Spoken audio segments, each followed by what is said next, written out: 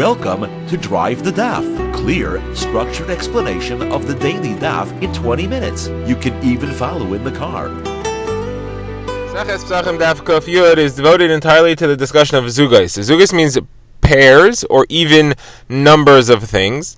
And the Gemara teaches that somebody who does things like drinking cups of wine or eating food in pairs or in any even number exposes himself to risk. And that is because the demons, the shadim, as well as witches of some sort, have access to a person who becomes susceptible to their harm by doing things in zugais. The reason seems to be that doing things in pairs seems to imply some kind of understanding that there is a pair, there is a partnership in the ruling of the world, as if HaKadosh Baruch Hu Chas v'Shalom has some sort of equal. That can be, and somebody who implies that by doing things in pairs leaves himself open to that. The Gemara will go through a number of different discussions about zugais, such as who's susceptible to problems of zugais, what type of activities brings one to a danger of zugais, when do things combine to be counted as a zug, and when do they count as two separate things. The Gemara will at some point teach us that zugais is not really a problem anymore, and the conclusion seems to be that if somebody is overly concerned with zugais, then it becomes a problem for him. Then the demons, the shadim, have access to him if he is lax in his concern for zugais. But somebody who doesn't seem to care about the whole thing, it doesn't affect him at all. That'll be the Gemara's conclusion somewhere in the middle of the daf. Rishayim generally say that zugais are not an issue at all. They were an issue at one time, possibly, but they're no longer an issue at all, and Klal Yisrael has defeated the issue of zugais. The Gemara still, however, goes through it at length, and the Gemara feels it is worth teaching these discussions. So let's see what the Gemara says. First of all, what type of activities lead one to be susceptible to zugais? So we've seen the first line of the daf already. Somebody who drinks wine in pairs, somebody who drinks wine in pairs should not be mishamash mitasa. He should not be together. He should not be together physically with his wife, because the drinking of wine in pairs makes him weak, and that activity will expose him to being attacked by the demons. The Gemara also says that drinking wine itself is a problem of zugais. The Gemara says in a brisa, somebody who drinks wine in pairs, his own blood is on his own head. The Gemara says that the two cups only combine if he doesn't go out and see the street or the market between them. If however he sees the street or the market between them, there's not a problem. Rav Ashi says, I saw Rav Chanani bar Bivi, that he would go out and drink after every drink, he would go out and see the marketplace. Now, what other type of activities lead a person to danger and susceptibility if he did zugais? So the Gemara first of all says only if he leaves the house, he travels on the road. Rav Zera said, or if he goes to sleep, and Rav Papa said, or if he goes to the bathroom. Where it says, but if he stays home alone, it's not a problem. How is that possible? Rava, when he drank at home, even if he was planning on staying home, he would count the beams of his house to make sure that he didn't do zugais, because the beams of his house, I guess, were an odd number, or they were laid out in an odd number, and he would look at each beam while he drank a cup, and he would move on to the next one for the next cup, and that way he would keep count to make sure that he doesn't end up with an even number. Sometimes it's easy to lose count. The Gemara says also, Abaye, when he drank a cup of wine, his mother, that is his adoptive mother, held the two cups for him in her two hands. That way there was a total of three. Nachum ben Yitzchak, when he drank one cup, his servant held two. When he drank two cups, his servant held one. Apparently, even people who weren't going anywhere did have concern for zugais. Somewhere says, no, those people are all different. Those are Adam Chashuv is different. They are more susceptible to attack by the shadim. They try harder to attack somebody who's an Adam Chashuv. Okay, the Gemara says further, how much is the limit of zugais? How far up in the count does it go? So Ula says 10 or more, there's no issue. And the reason for that is that it has to be so because Chazal said that one should drink 10 cups of wine at a Suda in the house of an Ovel. There couldn't possibly be that Chazal were talking to do something that exposes you to a danger of being attacked by shadim. Now, this approach, however, says that 8 cups would be a problem of zugais. Gemara says, not necessarily. Rav Chisda and Rabbi Bar Huna both say 8 is not a problem. Why? Because the pasuk of Berchos Kahanim, the last one ends with the word Shalom. Shalom is the 7th word. There are 3 psukim of Berchos Kahanim. Yivarechacha Hashem v'yishmerecha is 3 words. The next pasuk is 5 words, and the last pasuk is 7 words, 3, 5, and 7. So Rav Chizda and Rav Huna are saying that the 7th word shalom is a bracha. So the seventh of anything can't hurt you. So if you do 6, you have a problem of zugos. You do 7, the 7 takes off the zugos of the 6. Now you have an odd number. If you do 8, the 7th doesn't count, and therefore 8 is not a problem either. So anything anything higher than 6 will be fine. It's not a problem according to this. The Gemara then says, the Rabbi and Rav Yosef say, even the 5th word, the 5th of anything is not a problem. The 5th of anything only helps you take off the pair of 4. But it doesn't create a problem, and therefore anything greater than 4 is not a problem, and that is because the second pasuk of Berachos Kahanim has the 5 words, and the last word is Vichuneka. The 5th word, that's a bracha, that shows that the 5th of anything is not going to be a problem.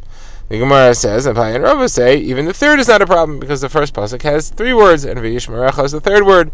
So 3 or more is not a problem, because the 3rd only combines to take off the issue of zugos, not to combine to zugos with a 4th.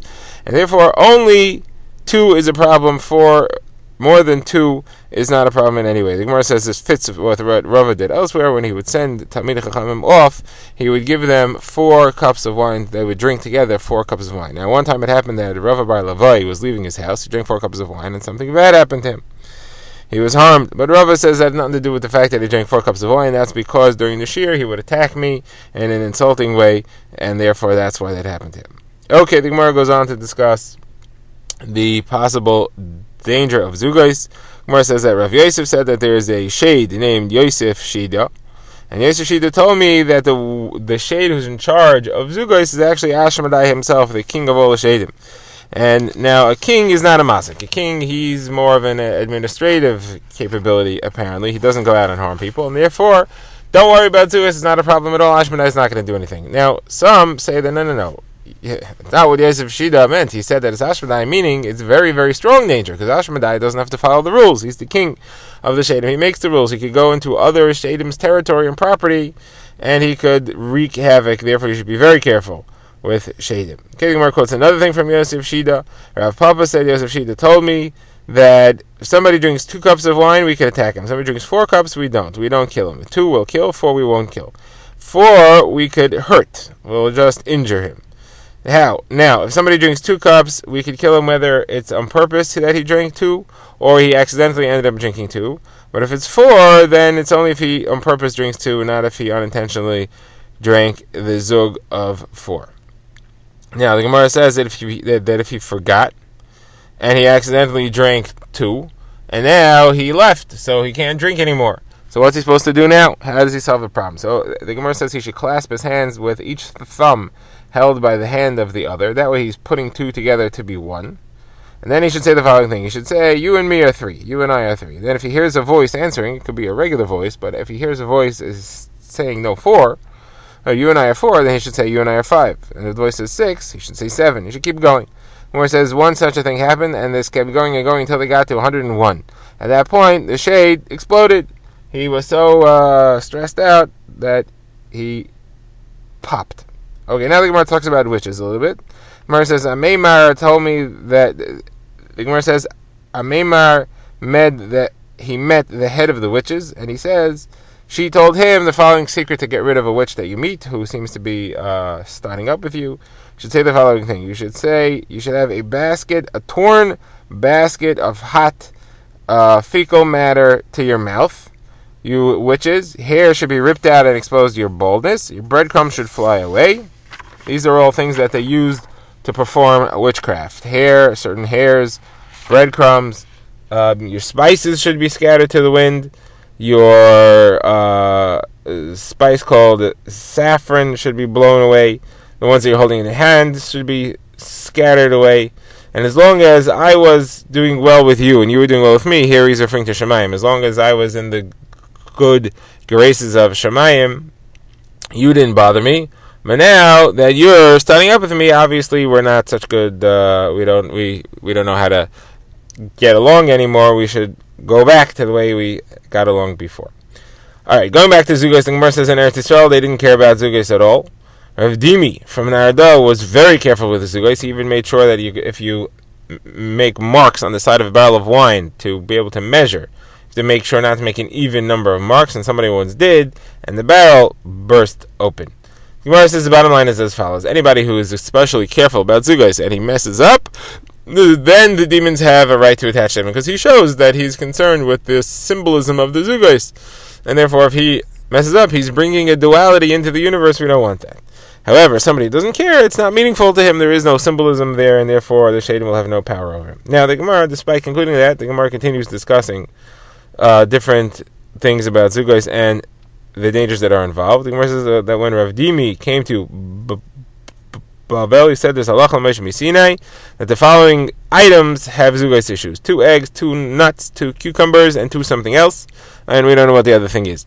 And therefore, we have to answer everything. Don't do anything in pairs, because we don't know what that other thing is. Now, the Gemara says we don't know what it is, but we do know some aspects of it. And the Gemara says as follows: that which we said, that the numbers 10, 8, 6, and 4 are not a problem according to some opinions, that's only about the problem of zugais as relates to Shadim, the demons. But people who could do witchcraft on him, those numbers are a problem. Now the Gemara relates a story. The Gemara says that there was a person who divorced his wife. She was a witch, and she was upset at him. She went and married the owner of a shop, and her first husband would come into the shop to drink every morning. So she was trying to do witchcraft on him, but she wasn't able to, because he was careful not to do anything in zugais. He never drank cups in pairs. However, once he got a little over into it, he drank 16 cups, and after 16 cups he lost count, and he ended up drinking in a pair, and he left the store having drunk even number of cups, and she cursed him.